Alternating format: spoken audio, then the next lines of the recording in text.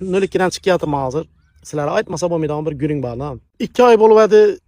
Birisi bilan yazışıp yürüdüm lan telefonda. İşkılıp aydın gaplashib, bu yandan bunun gürünglashib yürüdik. Keyin somsa jo'shing dedi. Somsa dastlab keltirib berdim. Keyin pizza so'radi, pizza yuborib berdim.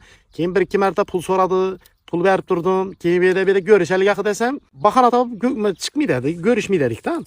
Asablar buzildidan buni tekshirtirib ko'ring qani deb, endi 2-3 ay bo'lib ketgandan keyin borib turib tekshirtirsam, başka bir profillerden ham yazıp gördük da kim sen onu diyeyim desek, endi resim pesim yok profilinde. Şunu desek, işxonadagi qarovul bakka ekan.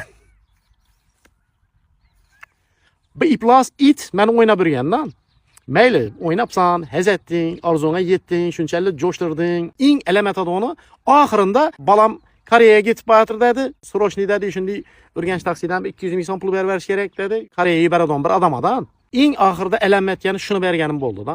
Mayli, sen simene gelesen işe, bilemem berbi 2-3 güne berbi boşap getolmaysan işxonada.